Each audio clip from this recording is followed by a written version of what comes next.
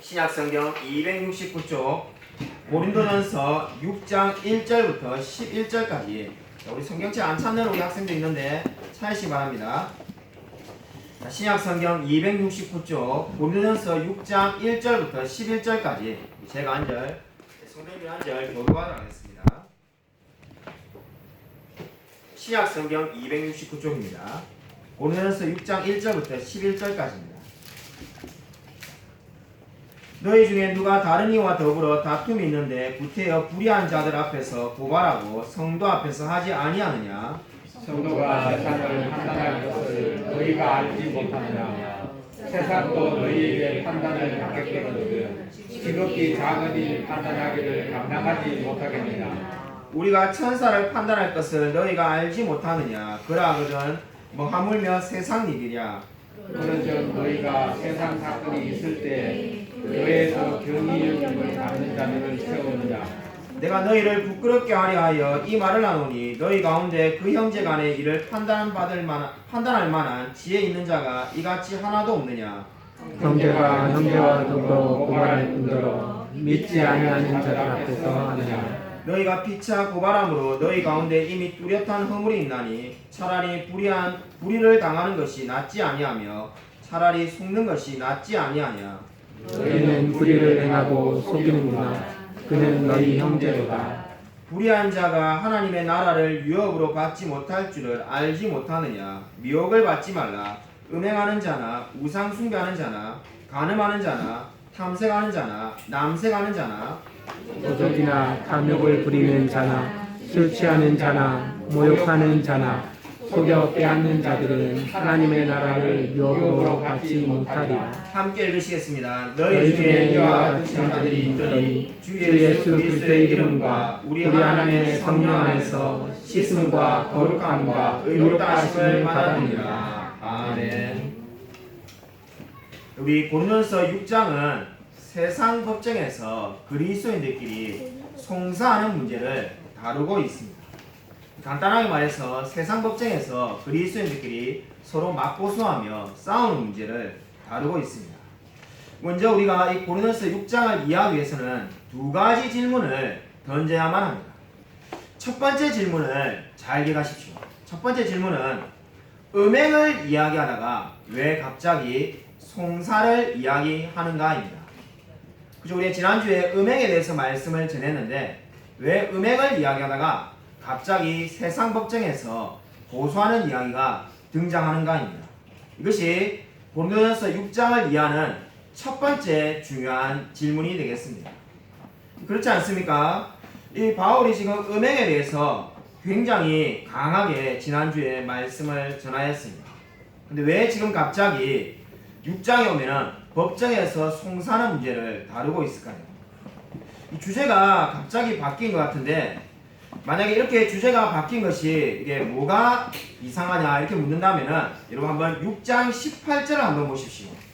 6장 18절을 한번 보시면은 자 우리 6장 18절 같이 한번 읽겠습니다. 우리 시작. 음행을 피하라. 사람이 범하는 죄마다 몸 밖에 있거니와 음행하는 자는 자기 몸의 죄를 범하느니라.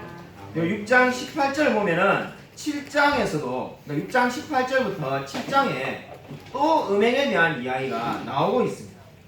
그러면 우리가 어떤 생각이 듭니까? 그냥 음행에 대한 이야기를 쭉 다 할 것이지 왜 중간에 갑자기 송사에 대한 이야기를 하는가? 아마 이런 생각을 우리가 가지기가 쉽습니다. 이 이유는 무엇이냐면은 지금 음행의 문제만큼 송사에 대한 문제가 심각하고 중요하다는 의미를 담고 있습니다. 이것이 고린도전서 6장을 이해하는 첫 번째 중요한 열쇠가 되겠습니다.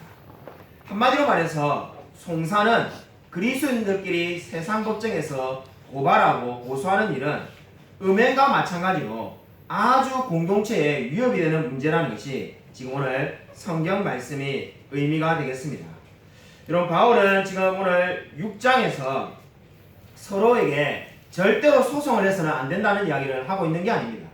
예를 들면 여러분의 사업체가 다른 사람에게 소송을 당했는데 아무런 방어를 하지 말라는 이야기가 아닙니다. 지금 우리 교회 공동체 안에서 서로 고소하는 일이 있어서는 안 된다는 의미를 담고 있습니다.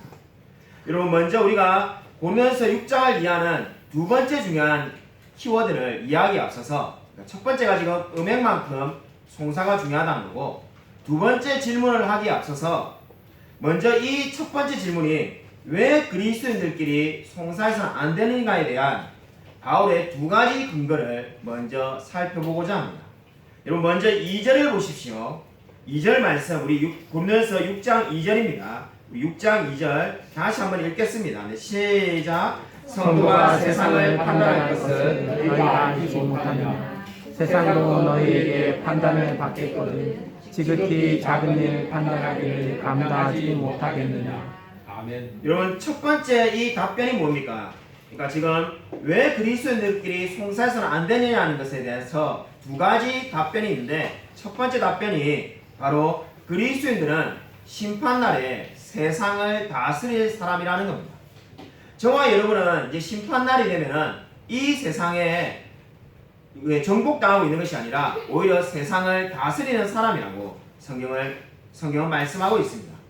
다시 말해서 저와 여러분이 세상을 다스릴 사람인데 어떻게 세상에 대해서 우리의 판단을 해달라고 요청할 수 있냐는 겁니다. 여러분 아마 우리의 많은 그리스도인들은 우리가 세상을 다스릴 사람이라고 늘 듣고 있지만은 아마 저와 여러분이 솔직히 느끼는 마음은 어떻습니까? 세상이 교회보다 훨씬 더 커 보인다는 생각을 가지가 싶습니다. 저도 마찬가지입니다. 아마 우리 이 조그마한 개척교회에 있는데 세상이 얼마나 크고 힘이 강한데 어떻게 우리가 세상을 다스리는가 아마 이런 생각을 가지가 싶습니다. 제게 두 딸이 있는데 지금 설교 시간에 앉아 있으니까 누구라고 말하지는 않겠습니다. 이 둘 중에 한 명이 어느 날 제게 이렇게 물었습니다. 왜 아빠는 고려대학교를 나오지 않았어? 이렇게 물었습니다. 여러분 제가 알다시피 제가 진주에 있는 저 지방대 경상대를 나왔습니다. 네, 왜 갑자기 이런 말을 할까 이렇게 생각을 해보니까는 우리 제 동생과 동생의 처 재수씨가 둘 다 고려대를 나왔습니다. 어느 날 동생 가족을 만나고 난 다음에 우리 딸이 그런 생각이 든 거죠. 이야기를 들어보니까 서울대, 연대, 고대 이런 데가 명문대인데 왜 우리 아버지는 그런 데를 안 나왔을까 이렇게 물은 거죠. 그때 제가 이제 그런 생각이 들었습니다. 아, 우리 딸이 이제 드디어 학벌이라는 것을 이제 알게 되었구나 이런 생각을 했습니다. 그러고 난 다음에 며칠이 지나니까 갑자기 그 질문했던 그 동일한 딸이 제게 이렇게 묻습니다. 왜 아빠는 유명한 목사님이 되지 않았어? 이렇게 말을 하는 겁니다. 제가 당황해가지고 대답을 잘 못했습니다. 성경적으로 멋있게 대답해야 되는데 너무 당황해가지고 우리 딸이 10살밖에 안 된 딸이 그런 질문을 할 줄은 꿈에도 몰랐습니다. 왜 유명한 목사가 되지 않았어? 이렇게 해서 그냥 얼떨결에 제가 그냥 실력이 안 돼서 그렇게 못 되었어 이렇게만 말하고 말았습니다. 사실 성경적으로 그 중요한 질문을 과연 굉장히 성경적인 이야기를 할 수 있는 좋은 기회였는데 준비되지 않아가지고 그냥 실력이 안 돼서 못했다 이렇게 말하고 말았습니다. 아마 이 우리 딸의 두 가지 질문이 아마 솔직한 마음일 겁니다. 왜 아빠는 명문대를 못 나왔고 왜 유명한 목사가 못 되었는가? 아마 저와 여러분 마음 가운데도 그런 마음들이 다 있을 겁니다. 세상에서 성공하고 싶고 유명해지고 싶고 정말 세상에서 뭔가 인정받고 싶은 사람이 되고 싶은 마음이 누구에게나 다 있습니다. 근데 오늘 이 고린도 교회를 향한 첫 번째 답변은 저와 여러분이 뭘 말합니까? 세상이 평가해주는 대로 우리가 평가받는 사람이 아니라는 겁니다. 세상 사람들은 학력이 높고 유명해진 사람을 높이 평가하지만은 오히려 저와 여러분이 세상을 판단하고 세상을 평가하는 위치에 서 있다라고 성경은 말씀하고 있습니다. 합동신학대학원에 예전에 제가 배우진 않았는데 우리 동생이 김수훈 교수님이라는 분에게 공부를 배웠습니다. 그분이 주석을 한지를 다 썼습니다.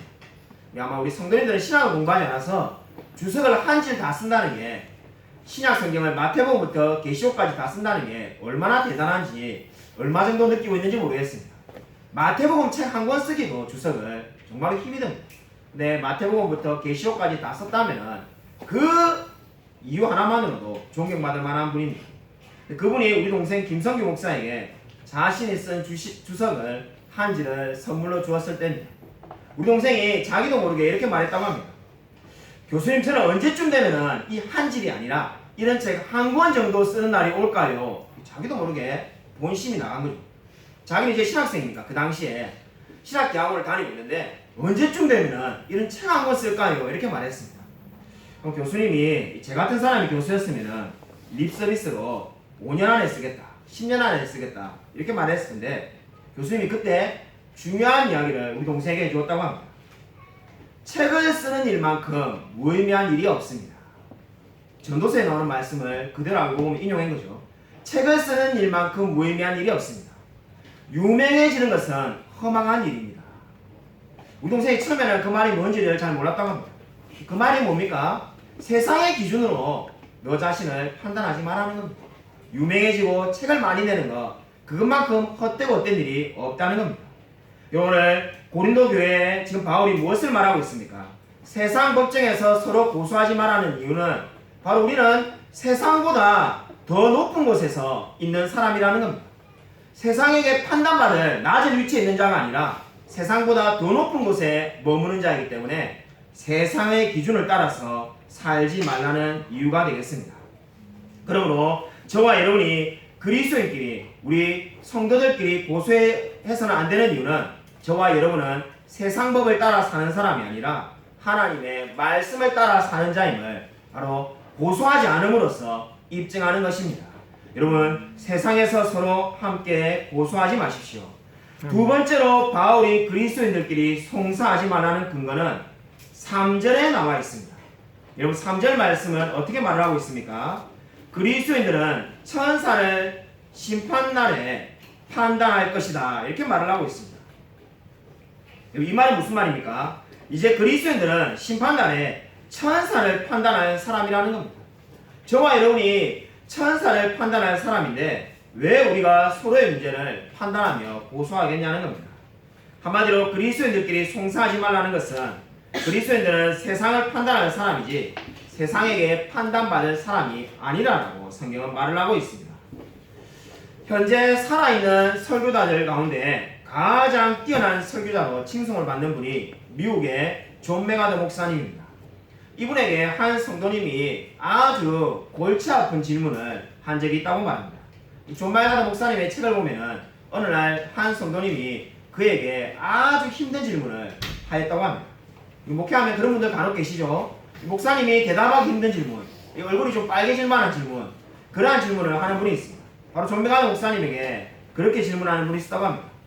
이 남자가 여자에게 키스하는 것이 맞는 것입니까? 이렇게 질문하는 분이 있었다고 합니다. 그 말은 우리가 외국의 영화를 보면은 그죠? 서로 부부가 아닌데도 처음 만났는데도 막 볼에 키스하고 그런 분들 있지 않습니까? 그렇게 하면은 옳은 걸까요? 옳지 않은 걸까요? 라고 존 메가더 목사님에게 물은 거죠. 그렇게 물었을 때 이 답변하기가 상당히 어렵습니다. 예스인지 노인지를 대답해라고 이제 물어본 겁니다. 그때 존 메가더 목사님이 이렇게 대답했다고 합니다. 성령이 관여하지 못하게 하는 모든 접촉은 잘못된 겁니다. 이 말은 무슨 의미입니까? 당신이 상대방에게 여자에게 키스할 때 성령이 함께하고 계신다고 느낀다면은 그렇게 해라는 겁니다. 그러나 성령이 기뻐하지 않는다고 생각한다면은 그 일을 결코 해서는 안 된다는 겁니다. 이 말을 곰곰이 생각해 보면은 저와 여러분이 사는데 이 원칙이 가장 중요한 원칙입니다. 우리가 뭔가를 일을 할 때 하나님이 기뻐하실 만한 일이라면은 하면 되는 겁니다. 근데 하나님이 기뻐하지 않을 일은 성경에 있건 없건 간에 그 일을 해서는 안 되는 겁니다. 바로 오늘 이 질문을 한 사람은 무엇 때문에 이 질문을 한 겁니까? 존 메가더 목사님에게 그러한 질문을 한 사람은 성경에 남자가 여자에게 키스해도 된다 안 된다는 말이 없으니까 그러한 것을 어떻게 생각하는지를 물은 겁니다. 그 말에 대해서 존 메가더 목사님은 하나님이 기뻐하실 것 같으면 모든 것이 가능하고 하나님이 기뻐하지 않을 일은 하지 말라는 겁니다. 바로 오늘 그 원칙이 지금 고린도 교회에도 적용될 수가 있습니다. 바로 고린도 교회 성도들에게 서로 송사하지 말라는 이유는 하나님이 그 일을 기뻐하지 않으신다는 겁니다. 그렇기 때문에 세상 법정에서 서로 송사해서는 안 된다고 말을 하고 있습니다. 그러면 여러분이 누군가에게 고소하고 싶고 고발하고 싶은 마음이 든다면 먼저 여러분에게 반드시 이렇게 질문을 하십시오. 이 일은 과연 성령님께서 기뻐하시는 일인가? 거기에서 여러분이 예스라고 아멘이라고 대답할 수 있다면 실천하시면 됩니다. 그러나 아멘이라고 대답할 수 없다면 그 일을 결코 해서는 안 되는 겁니다. 여러분 두 번째 질문이 있습니다. 우리 첫 번째 질문에 아까 큰 첫 번째가 뭐였습니까? 고린도전서 6장을 이해하는 큰 첫 번째 질문이 송사가 왜 음행과 동일한 죄냐? 자, 이렇게 이야기를 했습니다. 그렇다면 두 번째 이제 중요한 질문은 이 첫 번째 질문이 제가 잘못 말씀드렸는데 왜 음행을 이야기하다가 송사에 대해서 이야기가 나오는가가 첫 번째 중요한 질문이었습니다. 두 번째 중요한 질문이 그렇다면은 왜 송사가 음행만큼 나쁜 죄가 될 수 있느냐는 겁니다. 이 두 가지 질문이 고린도전서 6장을 이해하는 가장 중요한 두 질문 되겠습니다. 왜 음행을 이야기하다가 송사가 나오는가? 그리고 왜 어떻게 해서 송사가 음행만큼 나쁜 죄일 수가 있느냐? 이것이 바로 오늘 이 말씀을 이해하는 두 번째 중요한 질문이 되겠습니다. 그렇지 않습니까? 우리 정서상 지금 근친상간인데 그냥 강간도 잘못된 거지만은 지금 아버지의 아내를 지금 뭡니까? 자신의 아내로 받아들였습니다. 지난주 설교를 잘 기억하시죠? 근친상간에 해당되는 문제인데 아무리 여기서 여러분이 예를 들면 소송을 해가지고 100억짜리 소송을 하든 1000억짜리 소송을 하든 이게 어떻게 근친상간과 똑같은 죄가 될 수가 있는가? 아마 우리가 상당히 성경 읽을 때 마음이 불편할 수 있습니다. 저와 여러분이 가지고 있는 정서로는 이해가 안 됩니다. 여러분 이 말을 여러분 오해해서는 안 됩니다. 여러분 오늘 이 말씀을 이해하는 중요한 키워드가 3절에 나오는데 이거 일단 3절 말씀 한번 보십시오.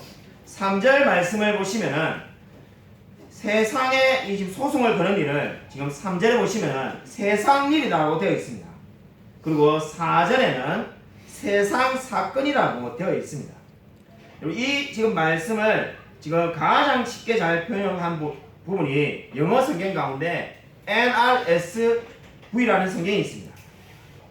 NRSV를 보면은 이것이 어떻게 되어 있냐면은 평범한 일들이라고 되어 있습니다. Ordinary Matters라고 되어가지고 평범한 일들, 그러니까 평범한 일이라는 겁니다.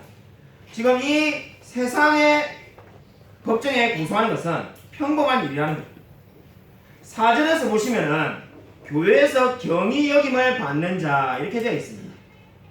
언뜻 보면은 교회에서 경위 여김을 받는 자라고 되어 있으니까 마치 초신자나 교회에서 낮은 위치를 차지하는 사람이라고 오해하기가 쉽습니다. 그러한 의미가 아닙니다. 여기서 4절에 말하는 교회에서 경위 여김을 받는 자들은 지금 초신자를 말하고 있는 것이 아니라 이방인 판사들을 말하는 겁니다. 하나님을 믿지 않는 판사들에게 말하는 겁니다. 그러니까 하나님을 믿지 않느냐니까 교회에서는 어떻게 됩니까? 우리 교회에서 무슨 불신자들을 높이 평가해 주겠습니까? 그러니까 경위 여김을 받는다는 거죠. 그러니까 너희들의 그 평범한 문제를 제가 지금 말했던 말씀을 이제 연결하면 어떻게 됩니까? 이 세상 일이란 게 뭡니까? 평범한 일들. 그 지극히 평범한 문제들을 교회에서 인정받지 못하는 경위 여김을 받는 자들에게 이방인 판사들에게 너희 문제를 맡기려고 하느냐는 것이 지금 바울이 말하는 바가 되겠습니다. 그러니까 바울은 지금 그리스도인들의 소송 금액이 얼마나 되는지 너가 당한 피해가 얼마나 되는지 이러한 이야기는 하나도 묻고 있지도 않습니다. 너가 이렇게 힘이 들었구나. 너가 이렇게 많은 피해를 받았으니까 그러면 소송하면 되겠다. 너 일 별거 아니니까 소송하지 말라. 이렇게 기준이 있는 게 아닙니다. 그냥 다 어떻다는 겁니까? 평범한 일이니까 하지 말라라고 말을 합니다. 그 이유가 뭔가? 교회에서 경위 여기는 자들에게 너희들의 판단을 받아서는 안 된다는 겁니다. 자, 그러면 이제 우리가 여기서 두 번째 중요한 질문이라고 했던 송사가 어떻게 근친상간과 같은 죄로 여길 수 있는가라는 질문에 대한 대답을 할 때가 되었습니다. 그럼 어떻게 근친상간과 송사가 같은 정도의 죄가 될 수가 있겠습니까? 아무리 우리가 생각해봐도 근친상간이 더 심각한 죄인데 어떻게 이것을 같은 죄로 지금 성경은 말을 하고 있는가? 아마 이런 의문이 들 수가 있습니다. 그럼 여기서 우리가 오해해서는 안 되는 것은 성경은 죄의 경중을 아무것도 없다라고 말하는 것이 아니라는 겁니다. 다시 말해서 살인죄가 지금 예를 들면 제가 여러분의 돈 5,000원 훔친 거와 똑같은 죄라고 말하고 있지 않습니다. 당연히 살인죄가 더 나쁜 죄입니다. 그러면 여기서 지금 음행과 근친상간과 송사가 똑같은 비중으로 다루는 이유는 무엇입니까? 그 이유는 교회가 올바르게 이 문제를 대처하지 못했다는 점에서 이 두 가지 문제가 똑같은 비중을 차지한다는 겁니다. 그럼 다시 한번 말씀드리겠습니다. 여러분 근친상간이 그러니까 송사가 근친상간보다 전혀 뭐 덜 중요하거나 더하거나 뭐 이런 이야기가 지금 아닙니다. 교회가 근친상간과 송사라는 문제를 잘못 대처했다는 점에서 똑같은 비중을 가져야 된다는 겁니다. 요즘 우리로 말한다면은 우리 교회 성도님 중에 만약 한 분이 재정을 만약에 5천만 원 훔쳐갔다고 생각해 봅시다. 근데 우리 교회 한 어린아이가 여러분의 지갑에 있는 10만 원을 훔쳐간 거죠. 당연히 5천만 원 훔쳐간 그 죄가 더 큽니다. 근데 어떤 면에서 지금 똑같다는 겁니까? 만약에 우리 교회가 그 문제를 잘못 처리했다면은 잘못 처리했다는 부분에 대해서 이 두 가지 문제가 똑같이 취급을 받아야 된다는 겁니다. 지금 바로 고린도전서의 말씀은 바로 그와 같이 이 말씀을 전하고 있습니다. 여러분 오늘 고린도전서가 말하는 바가 무엇입니까? 모든 죄는 어떻게 된다는 겁니까? 인간의 관계들을 다 파괴시킨다는 겁니다. 창세기 3장에 처음에 일어났던 죄를 한번 보십시오. 그 죄가 무엇을 하였습니까? 바로 가인이 아벨을 죽이게 만듦으로써 그 모든 공동체를 다 파괴시켰습니다. 마찬가지로 지금 고린도 교회에서는 이 죄가 근친상간과 송사라는 형태로 그리스도인 공동체를 지금 파괴하고 있습니다. 거기에 대해서 지금 바울은 강력하게 경고하고 있습니다. 19세기 중엽에 중국의 선교사였던 허든 테일러는 이러한 사실을 젊은 동료 선교사에게 다음과 같은 예로 이렇게 설명하였다고 합니다. 한 선교사에게 허든 테일러가 이렇게 말을 하였다고 합니다. 물잔을 가지고 있다가 이 물잔을 던지면은 뭐가 나오겠는지 물어보았다고 합니다. 이렇게 물잔을 가지고 있는데 이렇게 던지면은 뭐가 나오냐니까 당연히 물이 나온다라고 그 동료 선교사가 대답을 하였습니다. 그때 허든 테일러가 이렇게 말을 했다고 합니다. 던져서 잔에서 나오는 것은 똑같은 것입니다. 원래 들어있던 것과 똑같은 것이 나오는 겁니다. 물이 들어있었다면 물이 나오는 거고 음료수가 들어있으면 음료수가 나오는 겁니다. 마찬가지로 당신의 마음 가운데에 그리스도가 들어있다면 삶에 있어서 뭔가 문제가 부딪힐 때 그리스도가 나올 겁니다. 그러나 만약에 당신의 마음 가운데 죄가 가득 차 있다면 여러분의 인생 가운데 고난이 다가올 때 그 죄가 쏟아져 나올 겁니다. 이런 말을 했다고 합니다. 이 말을 이해하였습니까? 저와 여러분도 마찬가지입니다. 오늘 고린도 교회에 바울이 말하는 것은 그 어떠한 경우에도 단 한 번의 죄도 지어서는 안 된다 이런 이야기를 하고 있는 게 아닙니다. 이 지금 고린도 교회에 있는 수많은 문제 가운데서 그들의 영혼 가운데 그리스도가 가득 차 있다면 어떤 행동으로 나올 거라는 겁니까? 상대방에게 고소하지 아니하며 그들을 용서하며 은혜를 베푸는 행동으로 나오게 되었을 거라는 겁니다. 그러나 그 마음 가운데 육신이 가득 차 있고 죄가 가득 차 있기 때문에 뭔가 조그마한 하나 문제가 나왔을 때 결국 그 육신이 쏟아져서 나왔다라고 오늘 성경은 말씀하고 있습니다. 그러면 저와 여러분의 문제가 무엇입니까? 우리의 문제는 우리에게 수많은 어려움들이 주위에 있는 것이 결코 우리의 문제가 아닙니다. 우리에게 너무나 돈이 없고 건강이 없고 수많은 어려움들이 있는 게 우리의 문제가 아니라 우리가 그런 어려움들이 우리에게 다가왔을 때 우리 속 안에 그리스도가 가득 차 있지 않은 것이 저와 여러분의 문제인 겁니다. 우리가 그런 문제가 우리에게 부딪힐 때 우리가 그리스도로 가득 차 있다면 그리스도가 쏟아져 나올 겁니다. 그러나 우리 마음 가운데 제약된 생각이 가득 차 있고 육신으로 가득 차 있다면 결국 수많은 문제 가운데 쏟아져 나오는 것은 우리의 욕망밖에 없습니다. 그러므로 저와 여러분에게 가장 중요한 것은 먼저 우리 마음 가운데에 하나님으로 가득 채우시기 바랍니다. 아멘. 하나님이 가득 차 있다면 그 어떠한 문제에도 우리가 하나님의 마음으로 대처할 수 있을 것입니다. 그것이 바로 오늘 성경이 저와 여러분에게 말하는 영적인 교훈이 되겠습니다. 우리 오늘 9절 말씀을 같이 한번 읽겠습니다. 9절 말씀 같이 읽겠습니다. 네, 시작. 불의한 자가 하나님의 나라를 유업으로 받지 못할 줄을 알지 못하느냐. 유업을 받지 말라. 음행하는 자나 우상 숭배하는 자나 간음하는 자나 탐색하는 자나 남색하는 자나. 여러분 불의한 자가 하나님 나라를 유업으로 받지 못한다는 말은 성경을 읽는 자들에게 충격을 가져다 주기에 충분합니다. 어떻게 보면은 불의한 자가 하나님 나라의 유업을 받지 못한다라고 말하니까 죄 짓는 사람은 구원을 못 받는다 이렇게 오해할 수도 있습니다. 그러나 결국 구절은 그러한 의미가 아닙니다. 만약에 구절이 도덕적으로 우리가 실패하면 구원을 상실한다라고 말하고 있다면 누가 도대체 구원을 받을 수가 있겠습니까? 그리고 만약에 그렇게 해석한다면 하나님께서 우리를 의롭게 하신다는 것이나 우리의 죄를 용서하신다는 것이 무슨 의미가 있게 되겠습니까? 그렇지 않습니까? 결코 지금 이 말씀은 그러한 의미로 말하고 있지 않습니다. 지금 이 구절의 의미가 무엇입니까? 그리스도인이라면은 원칙적으로 하나님의 나라를 보려고 하지 죄를 쳐다보려고 하지 않을 것이라는 것을 오늘 성경은 말씀하고 있습니다. 그러니까 지금 불의한 자가 하나님의 나라를 유업으로 받지 못할 줄을 알지 못하느냐는 이 말씀은 그리스도인이라면은 우리가 때때로 죄에 대해서 넘어지고 좌절하고 실패하지만은 궁극적으로는 어떻다는 겁니까? 하나님의 나라를 바라보며 그 하나님을 닮아가는데 자신의 인생을 드릴 거라는 것이 오늘 이 구절 말씀의 의미가 되겠습니다. 체스터턴이라는 사람이 이런 말을 하였습니다.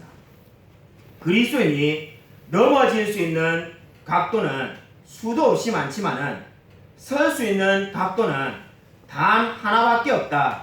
이런 말을 하였습니다. 이 말을 꼭 기억하시기 바랍니다. 저와 여러분이 넘어질 수 있는 부분은 너무나 많이 있습니다. 음행, 송사, 그리고 오늘 지금 고린도전서에 나온 것만 하더라도 서로 싸우는 분열, 그러한 일들이 너무나 많이 있습니다. 그러나 설 수 있는 곳은 한 가지밖에 없다는 겁니다. 그리스도의 은혜가 아니면 설 수 있는 곳이 결코 없습니다. 여러분 오늘 이 말씀을 꼭 기억하시기 바랍니다. 여러분 오늘 9절에서 말씀하시는 바가 무엇입니까? 진정으로 거듭난 사람은 여러 가지 문제 때문에 때때로 넘어지지만은 결국은 한 곳만을 바라보며 살아가는 사람이라고 성경은 말씀하고 있습니다. 그리스도는 결코 죄를 짓지 않는 사람이 아니라 여전히 죄를 짓고 있지만은 자신을 거룩하게 만드시는 그 하나님을 의지하고 살아가는 사람입니다. 여러분 저와 여러분이 바로 이 진리를 믿고 있습니다. 여러분 성화에 대해서 지나치게 패배적인 생각을 가지지 마십시오. 우리 주위에 그렇게 패배적인 생각을 가지고 있는 사람이 많이 있습니다. 어차피 내가 거룩을 추구해도 오늘 죄를 지었고 내일도 죄를 지을 거고 모레도 죄를 지을 건데 노력해서 뭘 하는가 이렇게 생각하는 분들이 간혹 있습니다. 그러나 그러한 생각은 결코 성경이 말하는 바가 아닙니다. 여러분 철로역정을 다들 읽어보셨을 겁니다. 철로역정을 읽어보면은 철로역정에 좁은 문으로 들어가는 그 구원을 받고자 하는 자에게 그 하나님을 닮고자 하는 그 사람에게 마귀가 4개의 종류의 화살을 쏘는 것이 나타납니다. 4종류의 화살을 쏘는데 첫 번째 화살은 무슨 화살입니까? 당신이 이토록 수많은 죄를 지금 지었는데 어떻게 천국에 갈 수 있겠느냐는 화살입니다.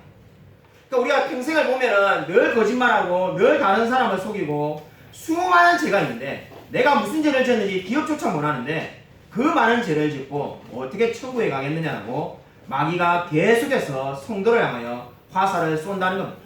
이것이 첫 번째 화살입니다. 두 번째 화살이 뭔가? 두 번째 화살은 당신은 구원을 받기에 너무나 늦었다는 겁니다. 이 마귀가 자주 쏘는 화살입니다. 우리가 나이가 많은 분을 우리가 전도해 보면은 이제 내가 이미 이렇게 나이가 많은데 어떻게 예수를 믿겠습니까? 이렇게 말하는데 그게야말로 마귀가 쏘는 화살입니다. 세 번째 마귀가 쏘는 화살이 있는데 그 화살은 너는 선택받지 못했다는 화살을 쏜다는 겁니다. 너가 지금 열심히 교회 다니고 있지. 그러나 천국에 가면은 너의 이름은 생명책에 없을 거야. 이런 마음을 준다는 겁니다. 너 천국에 가면은 너가 지금 열심히 교회 다니고 있지만은 너의 이름은 천국에 없고 결국은 지옥에 갈 거야. 그러니까 교회 다니는 이 모든 행동이 헛된 거야. 이렇게 말하는 화살을 쏜다는 겁니다. 네 번째로 마귀가 쏘는 화살이 있는데 바로 그 화살이 오늘 이 고린도교회 성도들에게 해당되는 겁니다. 그것은 바로 그리스도인의 삶에 대한 화살입니다. 너는 믿음이 부족해서 결국은 이 믿음의 경주에서 실패하게 될 거라는 화살을 쏜다는 겁니다. 바로 너 모습을 봐라. 늘 죄를 짓고 넘어지는데 너가 어떻게 이 믿음의 경주에서 성공하겠냐는 겁니다. 지금 고린도 교회를 보면 어떻습니까? 4분 5열 분열되어 있고 개바파 그리고 아볼로파 이렇게 나누어져 있고 그뿐만 아니라 근친상간하는 성도가 있고 교회 안에 서로 송사가 있습니다. 이러한 사람들에게 마귀가 어떤 화살을 쏜다는 겁니까? 너는 천국에 못 갈 거야. 너는 이 믿음의 경주에서 실패할 거야라는 지금 화살을 계속 쏘아댄다는 겁니다. 그럼 저와 여러분도 마찬가지입니다. 우리에게 이 마귀는 끊임없이 화살을 쏘아댑니다. 너는 결코 죄가 많기 때문에 천국에 가지 못할 거야. 너의 이름은 천국에 없을 거야. 너 정도의 삶을 가지고 무슨 천국에 가겠어라는 화살을 마귀는 늘 우리에게 쏘아댑니다. 근데 여러분 오늘 성경 말씀을 보십시오. 오늘 고린도전서 이 말씀이 저와 여러분에게 어떠한 위로를 줍니까? 저는 예전에는 한 20년 전에 오래전에는 이 고린도전서를 읽으면 마음이 불편했어요. 사도행전을 읽으면 가슴이 뜨거워지는데 그렇지 않습니까? 이 베드로가 3,000명을 한꺼번에 해심시키고 이 수많은 영혼들이 교회로 몰려드는 걸 보면은 이 마음이 뜨거워지는데 이 고린도전서를 보면은 같은 초대교회인데도 마음이 무거워지고 힘이 빠지는 것 같았습니다. 왜냐하면 도무지 배울 만한 점은 없고 그죠? 이게 뭐 정말로 엉망진창인 교회라는 생각밖에 들지 않았습니다. 근데 이 요즘에 드는 생각은 성경 읽어보면은 고린도전서 읽으면은 참 많은 위로가 됩니다. 왜냐하면은 우리와 성정이 같은 사람이구나 하는 생각이 듭니다. 만약에 이 초대교회가 완벽한 삶을 살았고 저와 여러분은 늘 부족한 삶을 산다면은 무슨 위로가 되겠습니까? 근데 이 고린도 교회는 저와 여러분과 같은 늘 부족하고 연약한 사람들이 모여있던 그러한 교회였습니다. 여러분 교회를 보면은 아마 여러분이 실망이 많이 될 겁니다. 우리 교회를 봐도 그렇고 한국 교회를 봐도 여기도 죄, 저기도 죄, 이 사람도 죄니 저 사람도 죄니 온통 실망할 것밖에는 없다는 생각이 들 겁니다. 저를 가르쳐줬던 교수님 중에 한 분이 사적으로 우리 식사할 때 했던 말을 제가 잊을 수가 없습니다. 묻지도 않았는데 갑자기 밥을 드시다가 세상도 썩었고 교회도 썩었고 신학교도 썩었다. 이 말을 몇 번을 했어요. 그러니까 아마 무슨 그런 말을 할 만한 이유가 있었겠죠.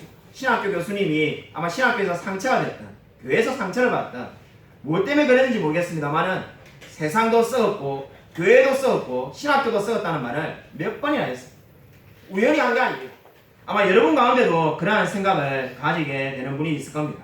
몇시 보면은 소망이 있는 곳은 어디에 있는가? 오늘 고린도전서를 보고 위로를 받으십시오. 오늘 바울이 고린도 교회를 없애야 되겠다 이렇게 말하고 있지 않습니다. 빨리빨리 교회를 탈출해서 새로운 교회를 개척하라 이렇게 말하고 있지 않습니다. 바울은 고린도 교회가 하나님이 세운 교회라고 인정하며 이야기하고 있습니다. 오히려 그들에게 뭐라고 말합니까? 그 부족하고 연약하지만은 그 삶을 바꾸어서 하나님을 닮아가라고 권면하고 있습니다. 언뜻 보기에 이 고린도 교회 당장이라도 문을 닫고 망해야 될 것 같은데 망하지 않는 이유가 어디에 있습니까? 저는 이 진리에서 위로를 받았습니다. 오늘 고린도전서 6장에 있는 이 말씀이 저와 여러분에게 주는 위로가 바로 여기에 있습니다. 이렇게 엉망진창인 교회가 어떻게 망하지 않을 수가 있는가? 우리가 생각할 때 단번에 망해야 될 것 같은데 망하지 않고 계속 존재했던 이유가 어디에 있습니까? 그 이유는 연약한 성도에게 끊임없이 하나님께서 은혜를 부어주시기 때문입니다. 여러분 이 진리를 믿으시기 바랍니다. 여러분 이 고린도 교회 성도들이 훌륭했기 때문에 교회가 계속 유지되었던 것이 절대로 아닙니다. 이 고린도 교회 성도들은 너무나 부족하고 너무나 연약하고 너무나 많은 문제가 있었습니다. 그러나 이들에게 계속해서 하나님이 은혜를 부어주시기 때문에 결국 교회가 존재할 수 있었습니다. 여러분 저와 여러분도 마찬가지입니다. 우리가 거룩하게 살기 때문에 넘치는 은혜 교회가 존재하고 있는 것이 아닙니다. 우리 교회가 계속해서 사람이 늘고 부흥하는 것은 저와 여러분이 대단한 삶을 살고 있는 것이 아니라 하나님께서 끊임없이 은혜를 베풀어 주시기 때문입니다. 여러분 바로 오늘 그것이 성경이 저와 여러분에게 말씀하는 바입니다.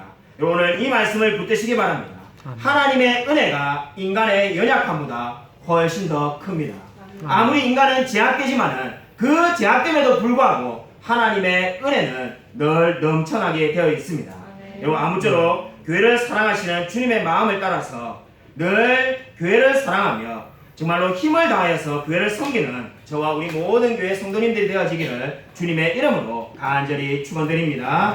이 시간 우리 함께 통성을 기도하겠습니다. 하나님